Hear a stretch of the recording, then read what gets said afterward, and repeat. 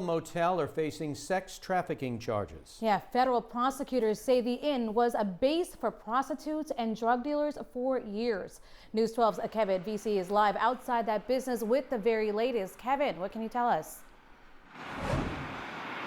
And Jen, the Sayville Motor Lodge was raided this morning by federal authorities, and it's since been shut down by the town of Islip. In fact, you can see right here this fence that the town put up, as well as this no trespassing sign. But before all of this was here, the feds say this motel was a haven for sex traffickers and drug dealers. And they say the owners not only knew about that illegal activity, but they also helped to facilitate it.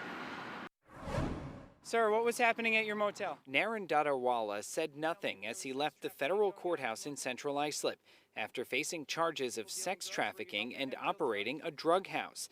The indictment alleges the 70.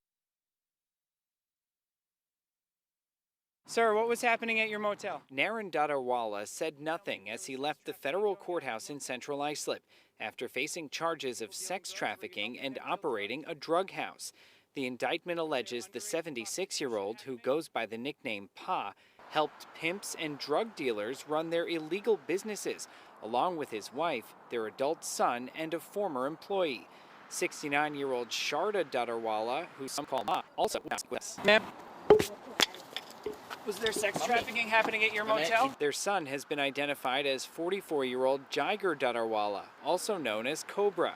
The feds say the family and their employee would help sex traffickers and drug dealers by purposely giving them rooms in the back of the inn so they wouldn't be seen, and by warning them if police were on the property. In exchange, they received cash payments. On at least one occasion, prosecutors say there was an underage prostitute being exploited at the motel. There was 40, 50 people armed, the FBI. James Leach was living at the motel with his wheelchair-bound wife and saw this morning's raid. With the property closed, he says they now have no place else to go. The owners are great people. I never had a problem with them. They never gave problems. And every time there was a problem, they took care of it. So I don't know what happened. But Leanne Mulholland, nearby, says the motel has always been a problem. She says, good riddance. I'm thrilled that they're being shut down. So that mother and father who own the hotel, they both were released today on $2 million bond.